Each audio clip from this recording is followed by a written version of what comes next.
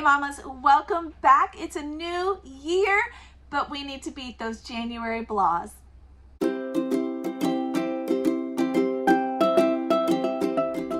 All right guys, welcome back. If you're brand new to my channel, I am so glad you're here. I am a Christian homeschool mama. I have 7 little ones. We've been homeschooling since day 1, and homeschooling, it's kind of one of those things that's like this, right? You have good days and you have bad days, and it seems like in January you've just gotten over all of the Christmas, you've gotten over New Year's, all the busy time. You probably, if you are a homeschool mama, you probably took off a lot of time. You probably took off 2, 3, 4, maybe the whole month, sometimes 6 weeks of school. And now it's time to get back in the groove, and you don't want to, and your kids don't want to, and you're enjoying those days when you're just lounging around. I get it. But if you need help easing back into that homeschool routine is my first tip. To beat those January blahs. Like I said, we've done this for several years, and my very first tip for you guys is to ease in. Just like you do after summer break, it's so easy to get flustered and think, oh my gosh, we had all this time off, we need to catch up, and you don't. And you think, we have to do, and you don't. And after summer break, because it's the beginning of the new school year, you have no problem kind of gently easing into those lessons, and you can do that again now. In January, this has been a long break. Even if it wasn't as long as your summer break, it has still been a long, busy break. And what we do in our home is we actually take kind of that last week and ease into our lessons. And I choose just a couple lessons for the children to do, not a whole bunch. I choose maybe 1 or 2 things that involve me reading out loud to them. So in our home, for what we're doing is we're doing a little devotional together, and we are doing our read aloud. Okay, and then we are also having something that they are doing on their own, and in our home it is their math lesson. So this is super slowly easing us into the school year back in. And next week, which by the time you see this will be the week we just finished, we are going to add in a couple more lessons on top of that. So we will be adding in history and their personal reading time, and maybe a grammar or 2, I don't know. But we are just gonna slowly start sliding back into a full schedule. And taking it slow is so important, because if you rush back in, everybody, including you, mama, will shut down. So you do not want that. So slowly take the time that you need. That's why you homeschool, mamas, so that you have that time with your kids to do things that they need. And this is what they need. They need you to go slow right now. So that's what we're gonna do. We also start back with a review. Oh my gosh, this is something that is so forgotten, because if you're following a curriculum, which we are not technically, I've kind of created our own, and that's linked below if you want to see what it is, but we are not technically following a curriculum. But if you are following a curriculum, I have done that in the past, it just starts back. There's no there's no break where you talked about, you know, what you already missed, or this long break or anything. So you want to go back and be intentional about giving your children a review. Let them know what time period in history you were studying, remind them of that. If you were doing a foreign language, review those words or whatever that you have already learned. If you were reading a story together, go back and review. Just review what you've already started and where you left off, so everybody's on the same page.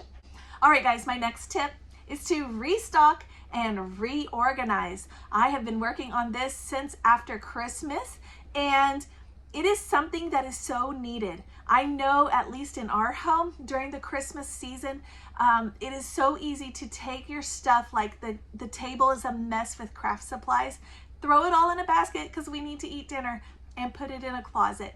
And before you start back for this new year, take a moment, take a week, take a day, whatever you need to do, and pull all that stuff out and reorganize. Get your supplies where they need to go, put it where it's supposed to be, and make your home so that your homeschool can run smoothly. Make your home an orderly place of rest. So one thing also that I noticed in our home was we used a lot of markers in the last school semester and during Christmas time, and our markers are terrible. So I trashed them.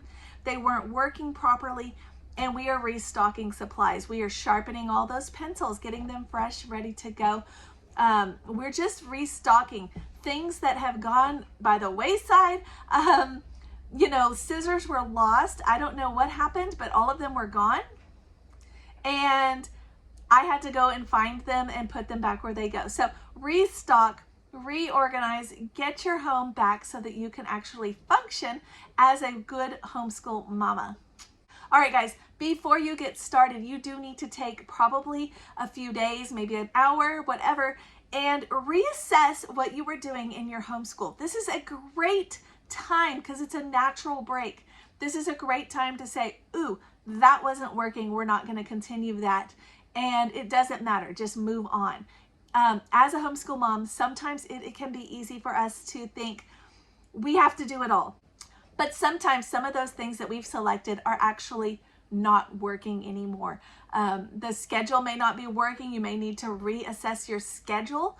You may need to reassess what books you're using, how you're using them, the time of day that you're using them, or if you're doing like a block schedule, the days that you're doing them, whatever it is, reassess, figure out what's not working, and say to your kids, hey, we're going to try something new for January or for February or for this semester or whatever, and go with it from there.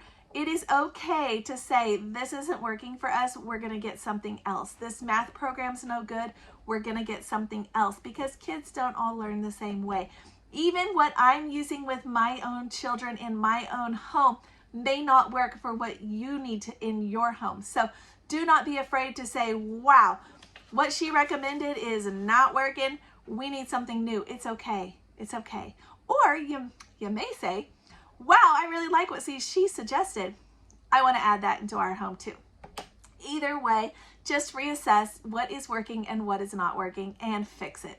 All right, guys, this is the one nobody likes, but it is the one everybody needs, and it is get going. Just get going. Get going with your new school year. Get up in the morning, guys. Get back into a routine. Get dressed and encourage your children to do the same. In our home, I actually do not allow them to normally, on a normal day, I do not allow them to come and spend the whole day in pajamas, and neither do I. I try not to spend the whole day in leggings because it feels like pajamas. I try to either do jeans or a skirt so that I feel like I'm ready to go. I want the kids to be ready to go too. It just creates a whole atmosphere in your body and in your mind and in the home that says we're up and we're ready to live and do what we need to do, instead of we're kind of half up and we really just want to lounge on the couch and go to sleep. It is okay to hibernate. I did talk about that in my winter hibernation video. I talked about that, our winter planning schedule, and it is linked here. You can see it here, but it's linked below. But I did talk about hibernating, and that is totally okay. But just be careful that you don't take it so far to the extreme that you are, not even getting out of bed. Your kids are not even out of their pajamas. Breakfast is just cereal thrown everywhere and peanut butter and jelly every day, because your home probably will not start to thrive like you want it to. But I just want to encourage you guys to get up, get dressed, and get going. Get outside with your family. I'm not saying you have to get back involved in all the things right away or any of that, but definitely get your family up, get back into a routine, and get going with your school days, because that is how you're going to beat these January blahs. All right, guys, thank you for joining me for Homeschool Fellowship Friday. Last week, I did not do Homeschool Fellowship Friday because I shared with you guys what we did on Christmas morning. So if you missed that, go back and check it out. And I will see you guys next time for Mother Culture Monday, which is the next video coming up on Monday. I'll see you guys then.